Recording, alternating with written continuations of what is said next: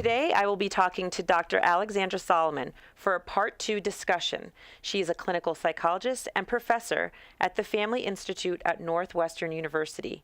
She is also the author of Loving Bravely, and I am thrilled to have her back again today.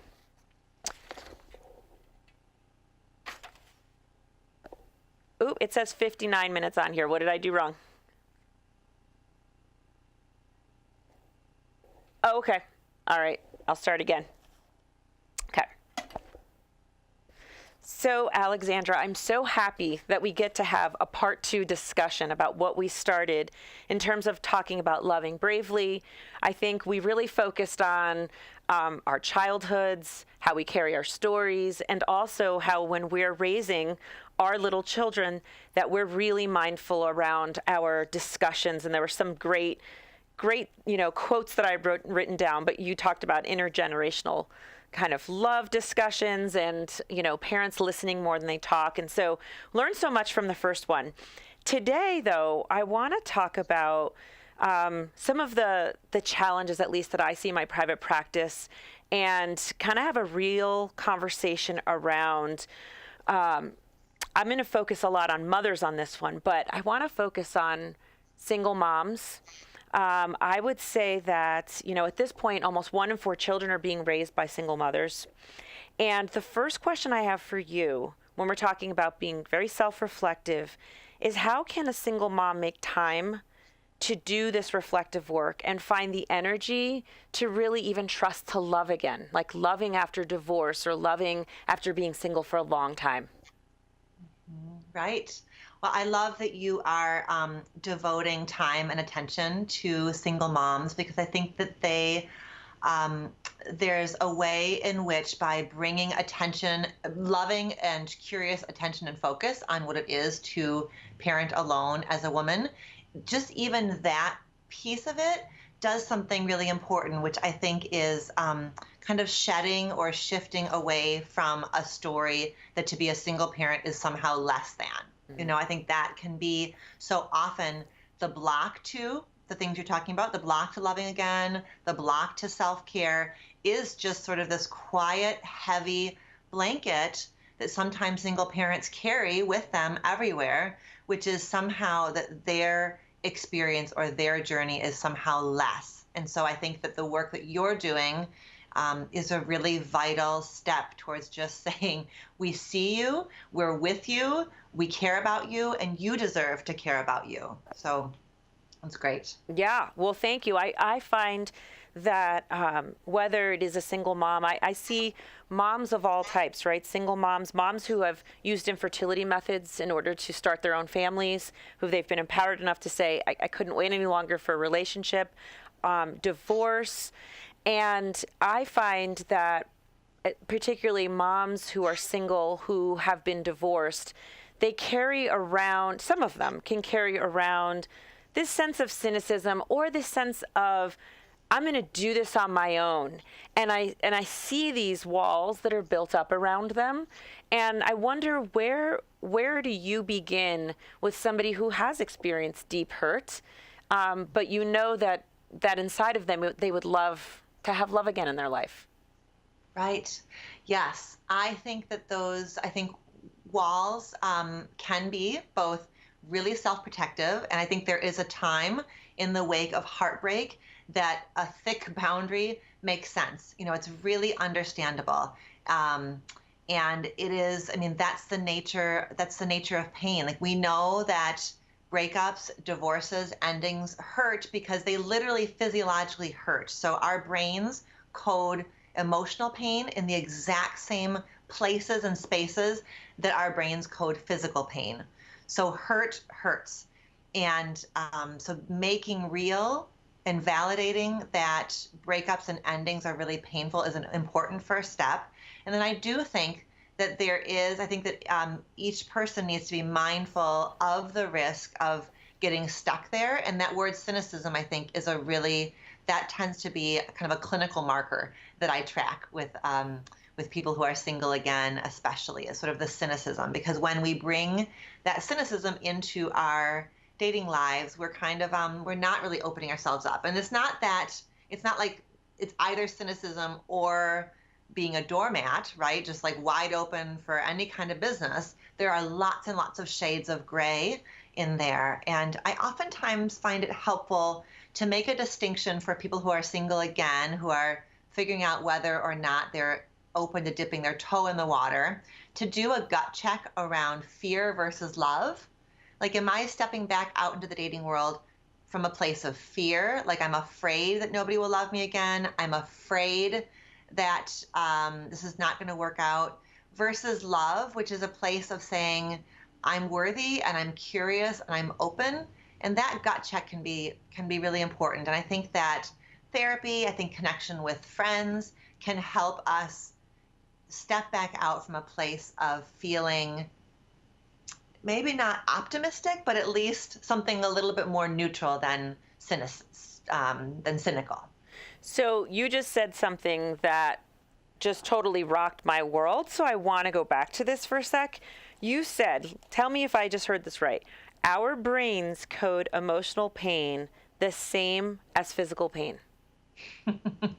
That's right? This is true. So this is, so Dr. Sue Johnson, who created the approach to couples therapy called emotion-focused therapy. So she wrote this really, really wonderful book called Love Sense. And, she weaves together attachment theory and brain physiology. And so she writes about this, and she says that this is why women who have doulas during their childbirth, they will literally experience less physical pain because they have emotional support.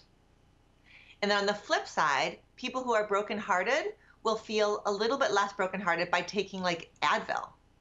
So there is a funky intersection of physiological and emotional pain that is worthy of our attention. Yeah. I mean, that's unbelievable. It doesn't, when you say it and you think about it for a second, it's like, okay, I could see that happening, but I'd never heard that before. And I think that's really validating for somebody in a very lonely or very heartbroken place to say, yeah, this is real. It's kind of like when we first heard those, maybe it was Prozac or something, those commercials that said depression hurts. And right. It was the notion that, depression is not just up in your head. It does physically hurt. And I will tell you, I think that at times it's one of the more challenging issues that I deal with is getting someone from a place of deep hurt and maybe betrayal and maybe a sense of, I'm just going to hunker down. Like you said, I'm going to be in my turtle shell and I'm not going to let anybody ever hurt me again. And how I can really help move them out of a place. I know that you said something, I want you to talk about it more, but I know that for me, I try to start with connection with relationships that do feel safe. So your friendships, even if it's one friendship, but what can you say about, let's say again, for a single mom, the value and the priority on her female friendships in this kind of case? Right. Well, here's the sort of double-edged sword of our sort of lady squads, if you will, is that sometimes they don't mean to, but they sometimes kind of reinforce a victim status, right? This sort of like, he was crap and you're better without him, and the best way to get over somebody is to get under somebody else. So sometimes our friends are trying to be helpful and they take sort of a fix-it approach, or they take a kind of a blaming approach versus a holding space approach. And I think this is I think many of us lack the skill around holding space, because where do we ever learn that? But holding space is just like I can't talk about it without widening out my arms. It's like creating an energetic bowl in which your friend just gets to be, where there's no right, there's no wrong, there's no judgment. There's just witnessing, validation, presence without an agenda.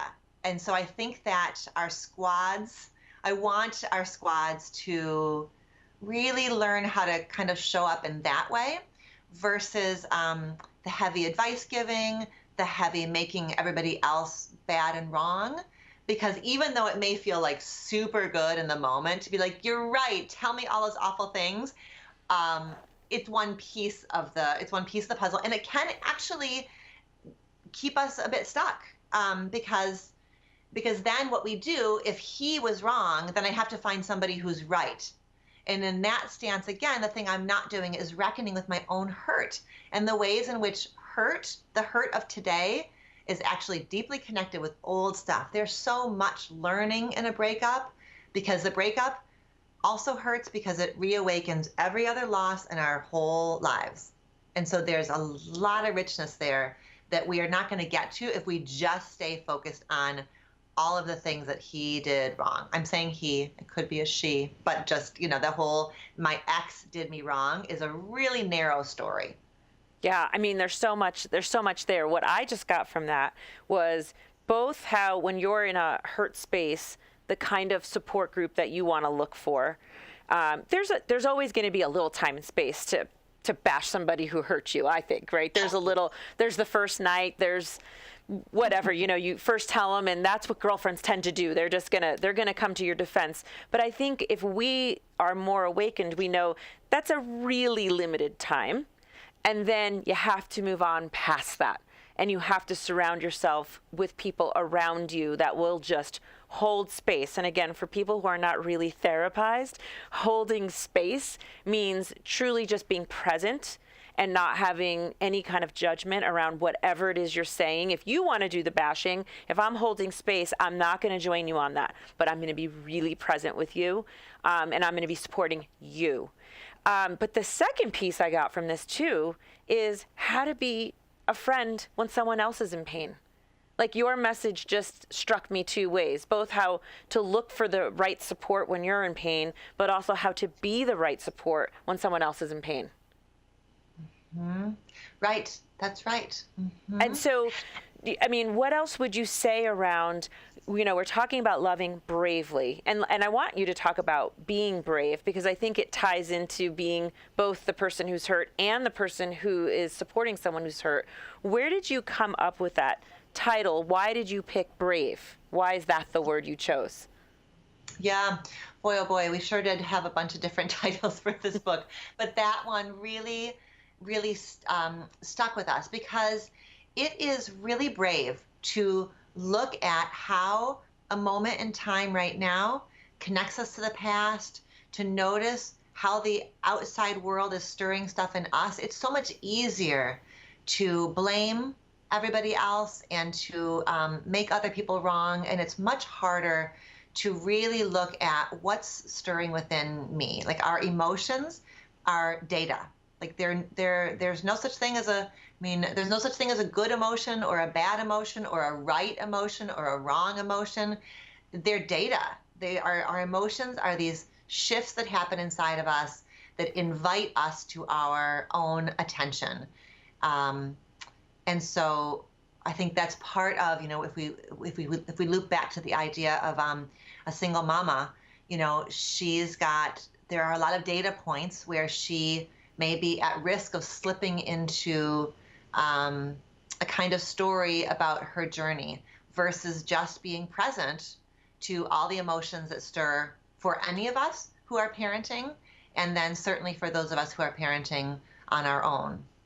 Yeah, I love that. Emotions are data. I love it. That's, to me, the equivalent of in part one when you were talking about stories, that we all create these stories, we believe stories. It's the same kind of thing, emotions as data. One of the things I just thought about, as you were talking, is I feel like I know a fair amount of people who really don't love themselves. And beyond that being that emotion as data, I wonder about that. Everybody, I think, kind of has heard that statement, like you can only give what you've got, or you can't love someone else until you love yourself. Do you think that's true? And B, how do you work with somebody who has some self-loathing or feels terrible about themselves or feels like a failure after a divorce or a breakup? Right. Well, I think that the struggle to love ourselves makes 100% sense when we look at the fact that there are entire economies that would crumble if we actually felt good enough in our own skin, right? Like, what would the whole cosmetic industry do? What would, like, I think the sort of, self-loathing, a sense of inadequacy sells, right? Where we all get on this hamster wheel, and it's not just a female thing. It's a men and women may play it out in different ways, but that scramble to feel good enough sells a lot of product and keeps us all striving. So I think the first thing is really just normalizing that, because the first thing that shame does is it tells us you are damaged, different, broken, and nobody else experiences it this way. So that's the first thing, is just really like leaning into that idea that actually nobody has it all figured out. And to me, at least, the work of self-love is the work is the work of a lifetime, and it's imperfect. And I don't think it's ever, I mean, certainly, I don't know, I've been at it for a long time and I'm not done yet, but I have a lot more self-compassion when those old tapes start to play, right? I'm a little bit more savvy around, like, aha, I know who you are and I know why you're here. So I can relate differently to my stories of my inadequacy or my stories of my brokenness. I can relate to them differently. I don't quite believe them to the extent that maybe I used to. And I know to meet the story with self-compassion. And self-compassion is talking to myself the way that I would talk to a good friend, right? That's just sort of like noticing my inner dialogue. That's a really big, a big piece of it. So to me, it's not like whether or not the self-loathing thoughts come up. It's sort of like, how much are you gonna buy what they're selling? Yeah, I love that. I'm thinking about all of the things that you're saying, and even, knowing that we are all a work in progress, that sometimes we take some steps back, that sometimes we're harder on ourselves than anybody else is. And I think about that in combination with raising children. And I think, really my mission, I think my personal mission in life is to help our kids learn to grow, to love themselves and others in really compassionate ways.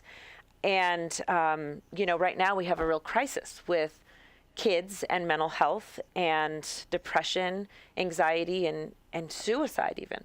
So how do you think that moms that are listening to this, how do you think that by them working on these kinds of lifelong issues, how do you see that impacting kids and our future generation? Right. I think it's so beautiful. I mean, I think it's so important that the more that we can kind of like sit with our imperfections, the more we're able to be relational with our kids. I think sometimes if I know that in my own parenting, we have a 16-year-old son and a 14-year-old daughter, and I know that I'm much more likely to be judgmental, critical, and controlling in my relationship with them if I'm talking to myself in a voice that's critical and judgmental. I'm much more likely. If I'm doing it inside my head, I'm going to play it out in the world. So and it's not about blaming or pointing fingers, but that is just it. Cultivating kindness within is a really important part of it. And some of it is filtering out, some of it is learning to push back against the stories, all the kind of like commercialization of parenthood, that we are only a good enough parent if we're, doing all these things and getting our kids ready and pushing really hard on them. And I think that is another kind of story of inadequacy. And I know that I'll do that. I'll notice, like, I'll get really stirred around, like, I'm not doing enough for my kids because I'm not running them hard enough on the weekends, or I'm not, that's kind of same inadequacy story. It's another place to put that inadequacy story. And it's a way then of projecting my own kind of insecurity about my parenting onto my kids' performance. And so I try to catch that and notice for whom is this scramble. And it's real dicey. I agree. I mean, I think that I love that term you just used, the commercialization of parenthood. So I feel like I have a pretty good vision of what that is, right? Push them hard, perfectionism, be the best that you can, be exposed and do everything. I have a good sense of what that looks like. But if you could tell me, if you could create a definition around what would be the commercialization of love? What stories do we get that we're buying into that maybe are unrealistic or difficult to attain? I think that would be so important to spread that message. Yes. Right. We do. I think we do conflate love with opening doors for our kids or sweeping away obstacles for our kids or giving them every possible advantage. We just saw this with the whole college admissions scandal, right? Where I don't know the interior of those parents' stories, but I imagine there was a conflating of loving you means that I give you every possible advantage, every possible privilege. And I think, especially for somebody who's parenting on their own, to conflate love and financial advantage is really problematic. Versus, to me, love is I see you and I want to work with you to understand who you are. It's so easy for us as parents to project our own, like, unfinished, our own unfinished stuff. And especially, if somebody who grew up in a house where their parents really did not see them, really did not have time and energy to really like cultivate that, we may overcorrect to kind of take care of a wound that really is our own wound. So I think, again, it comes back to, can I really see my child for who they are versus through the lens of my own either stories of inadequacy, my own wounds from my childhood. And that is imperfect, but it is certainly worthy for us to try to come back to again and again. Like, for whom am I doing this?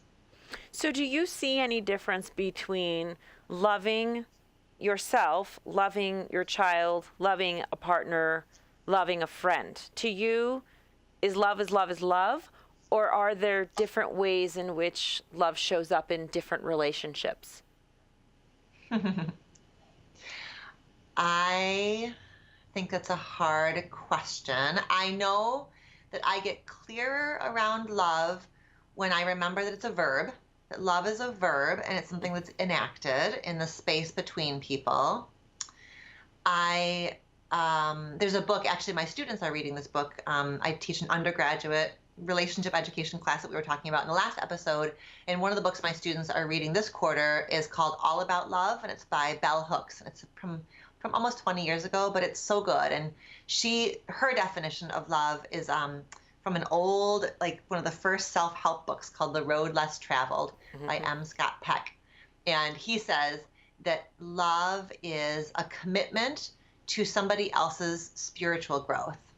And to me, spiritual has nothing to do, it doesn't have to do with, God or oneness or any of that, but just the idea that when I love you, I'm focused on your growth, not just witnessing your growth, supporting your growth, not deciding what your growth is, not controlling your growth, but just I'm committed to supporting your growth, however that looks. So it's, again, I do think that part of love is decentering our own experience of that person in order to just kind of like hold space for who they need to be. That's different.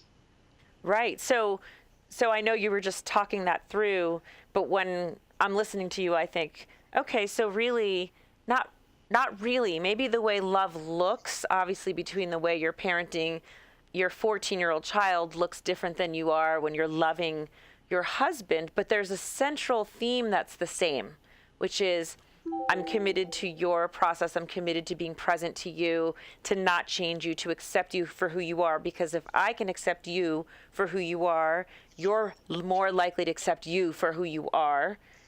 And that has a trickle-down effect. Is that an okay interpretation of what you were just saying? Yes, I really like that. Yeah, acceptance is a part of it. And acceptance doesn't mean that I think acceptance doesn't mean doesn't equal biting my tongue, right? I can accept you for who you are and still say, you and I have a problem, because this isn't working for me, or let's look together at this problem we're having. I think that I think sometimes we conflate acceptance with just like putting a weird, awkward smile on our faces and not ever saying anything. So I think acceptance can be, I accept you, and I'm really struggling right now. You and I have a real difference of opinion on this, or you and I need pretty different things around how we, whatever, share space, navigate household chores. Like that's different. Those are different things. Yeah, I love the way you just explained that. And with that, we are wrapping our part 2, and you have shared so much. I know there's more in your book, Loving Bravely, and I hope people will go out and buy it and keep learning about love. Thanks so much. Thanks so much. Bye-bye.